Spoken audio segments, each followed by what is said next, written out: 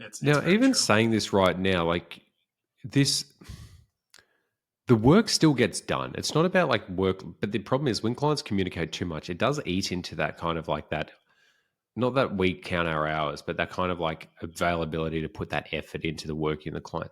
And I can say, if any of my clients are watching this right now, um, you probably know who you are if we're talking about the low communications. And I'm telling you, you know you're getting great results because I'm actually spending that time on your account and then I'm Yeah. on the call and you're a smart business owner.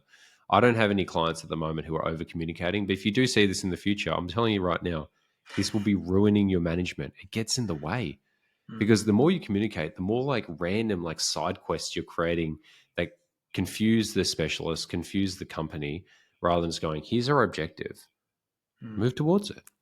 That's it. Yeah, I think with over communication, it also creates a risk of over optimizing the account. Oh, So as a definitely. business owner or someone that's the point of contact for an agency, if you are micromanaging everything, you're creating a really big problem you might not even see, which is that they're now worried that you're looking at every little thing, and so they start doing things before they're justifiable. There's not enough data to do it, but they're just worried that you're going to send them another email, that you're going to beat them up about these changes not being made in this ad group or whatever. Yeah. And then what you're creating is something you don't want, which is poor performance. So I think it's a responsibility for agencies to communicate with clients clearly, but it's also very important to set expectations around what healthy communication looks like. Yeah. Yeah. And a little hack just to add in is Mm-hmm. ask them what data they need to see. Mm-hmm. Because every business is different. Like you don't assume that they just want to see cost per lead or ROAS. They might go, yes, I want to see all that stuff, which everyone does, but they're like, look, I really want to know this metric. Yep. Figure out a way to automate that. And Yep. then you don't have to be when they don't keep following you up. And then that way they've got that data 24 hours a day. That's Yep. what I do. We start off with our base data. I'm like, this is the data you need. This is the data I think you should need. Is there any other data points that you want? And they're like, oh, yeah, Mm-hmm. no, maybe not.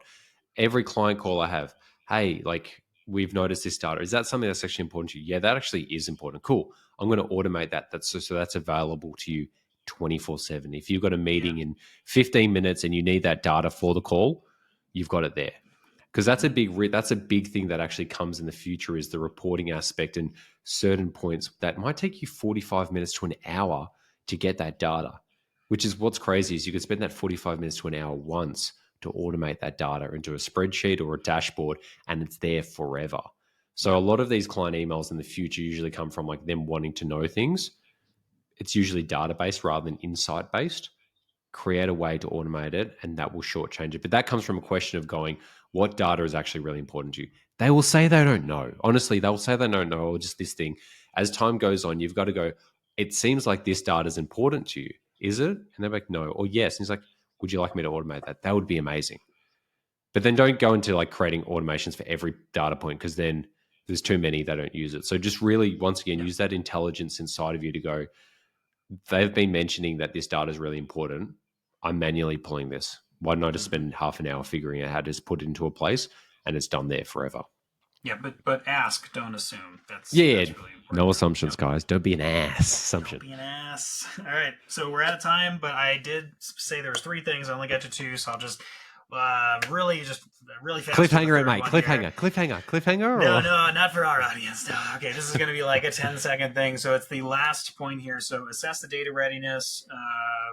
What did I say? Goals and expectations. The second one, make sure you're clarified on the goals and expectations, and then making sure that you're evaluating opportunities or potential for impact. That's a big part of the screening process. Is as best as you can Q&As prior to the prospecting call.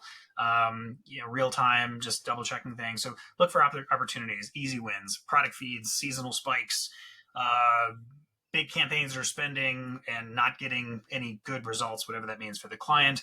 You might want to kind of politely steer away from people that have those unrealistic expectations. The data is not really in a good place, at least yet. You might find that there's not a lot of impact that you can make. Michael, you've mentioned this a lot. These are all things that might just say, hey, diplomatically, we need to find a way to say, how about you either hire somebody else or you do something internally, hiring internally to fix some of these pieces, and then we can come back to this, and then my fees are justifiable Otherwise, let's potentially get started and go down the road of building and growing this relationship in your business. So that's it, Nice folks. one, That is Cory. the top 3 screening prospects checklist.